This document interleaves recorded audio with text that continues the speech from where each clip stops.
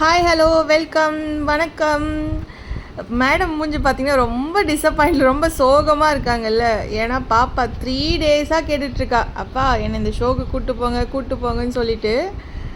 சரி நான் வரேன்ட்டு சொன்னார். சாட்டர்டே சொன்னார். சாட்டர்டே டைம் ஆகிடுச்சு. சரி சண்டே கூப்பிட்டு போகிறேன்னு சொன்னார். வந்து பார்த்தா பயங்கரமான டிராஃபிக்கு, பயங்கரமான கூட்டம்.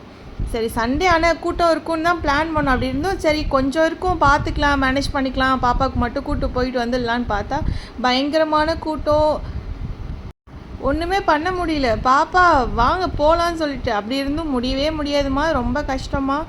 வீட்டுக்கு போகலான்னு சொன்னோன்னே ரொம்ப கஷ்டமாயிட்டா. சரி அவளை கன்வின்ஸ் பண்ணனால எல்லாத்தையும் காமிச்சோம். பானிபூரி வாங்கி தரேன், ஐஸ்கிரீம் வாங்கி தரேன்னா எனக்கு கூப்பிட்டு போங்கன்னு அப்புறம் கொஞ்சம் கன்வின்ஸ் பண்ணி பக்கத்தில் இருக்கிற ஷாப் எல்லாத்தையும் காமிச்சதும் வேணவே வேணாம் எனக்கு கூப்பிட்டு போங்க அப்படின்னு சொன்னான். சரி லாஸ்ட்டாக கன்வின்ஸ் பண்ணி பானிபூரி மட்டும் சாப்பிட்டுட்டு நம்ம கிளம்பலாம், உனக்கு வேணால் ஐஸ்கிரீம் வாங்கி தரேன் அப்படின்னு சொல்லிவிட்டு அவளை கன்வின்ஸ் பண்ணி சாப்பிட வச்சுட்டதுக்கு அப்புறமா அப்படியும் ரொம்ப சோகமாக இருந்தா. உண்மையாலுமே என்னால் அவன் ஃபேஸை பார்க்கவே முடியல. இந்த வீடியோவில் அவள் ஃபேஸை பார்த்தாவே தெரியும். ரொம்ப அழகாக கிளம்புனா.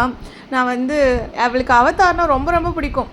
கண்டிப்பாக அம்மா நான் அவதார் கூட ஃபோட்டோ எடுக்க போகிறேன், அதுக்கு மேட்சாக வேறு ப்ளூ கலர் ட்ரெஸ்க்கெல்லாம் போட்டு வந்தா. மிஷின் பயங்கரமான சொதப்பல். அதுக்கு முழுசான காரணம் யாருன்னா அவங்க அப்பா தான். சாட்டர்டே சொன்னார், நாங்கள் கிளம்பிருந்தோம், போகலாம், கண்டிப்பாக போகலாம் பாப்பா, நான் 6 o'clockலாம் வந்துடுறேன், 6 to 9:30 வரைக்கும் இருக்குது ஷோ, நல்லா ஃபன் பண்ணலாம், என்ஜாய் பண்ணலாம் வா அப்படின்னு சொன்னார். சரின்னு சொல்லிட்டு கிளம்புனோம். அன்றைக்கி வரல. சண்டே போனோன்னா சண்டேவும் ஆஃபீஸ் போயிட்டார். பாப்பா அங்கே வெளியில் நின்று பார்த்துட்டு அங்கே பார்த்து ரொம்ப கஷ்டப்பட்டாங்க. பாருங்கன்னு சொல்லிட்டு ஃபேஸ்லாம் பாருங்களேன், ரொம்ப கஷ்டமாக இருக்குது, அவளை பார்க்கவே இல்லை. சரி பாப்பா பக்கத்தில் இருக்கிற கிரவுண்டு போகலான்னு சொல்லிட்டு போனால் கிரவுண்டு அதுக்கு மேலே கூட்டம்.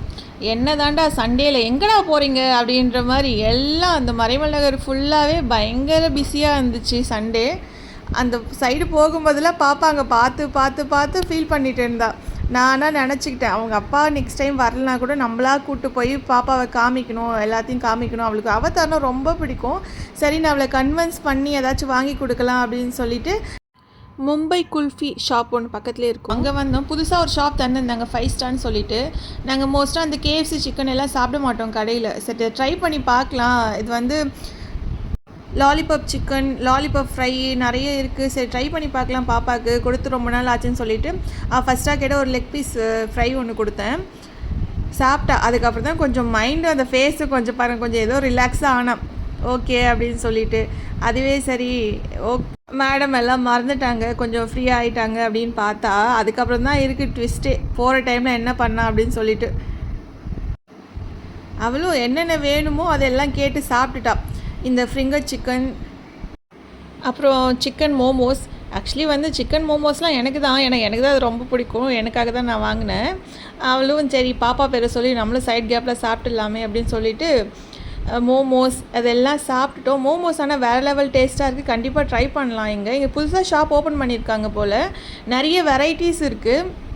ஆனால் இந்த ஃபிங்கர் மோமோஸ் வேறு லெவலில் இருக்குது, செம்ம அல்டிமேட் டேஸ்ட்டு. அதில் கொடுத்துருக்கிற சைடிஷ் இருக்குல்ல, அந்த சில்லி சட்னி அதுவுமே சூப்பராக இருக்குது. ஆனால் அந்த ஃபிங்கர் நான் அந்த அளவுக்கு ஓகே இல்லை. ஏன்னா நம்ம வீட்டிலலாம் செஞ்சால் இல்லை வேறு இடத்துல சாப்பிட்டா நிறைய ஸ்டஃபிங் இருக்கும், இல்லை நிறைய ஸ்டஃபிங் இல்லை, இந்த பேக்கிங் இருக்கும்ல, பேக் பண்ணது ஃப்ரெஞ்ச் ஃபிங்கர் அந்த மாதிரி இதுவும் பேக்கிங் தான் நினைக்கிறேன். அதை ஃப்ரை பண்ணி கொடுத்தாங்க, அந்தளவுக்கு டேஸ்ட் நல்லா இல்லை. ஆனால் அந்த மோமோஸ் சட்னி பயங்கரமாக இருந்துச்சு.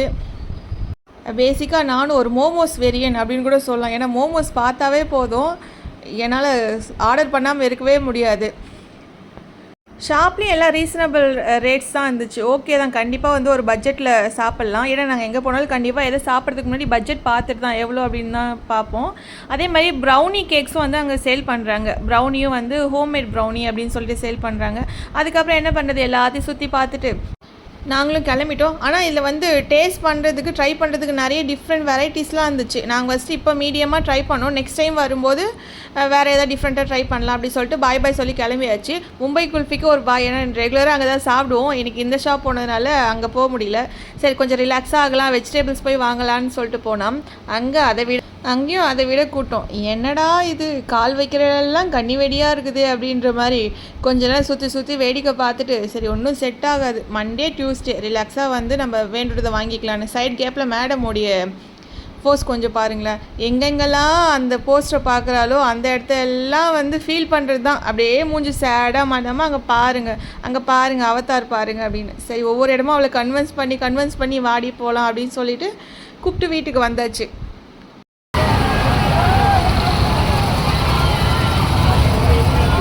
என்னாச்சு? ஏன் இப்படி? ஏன்? சரி வா வீட்டுக்கு போகலாம். வீட்டுக்கு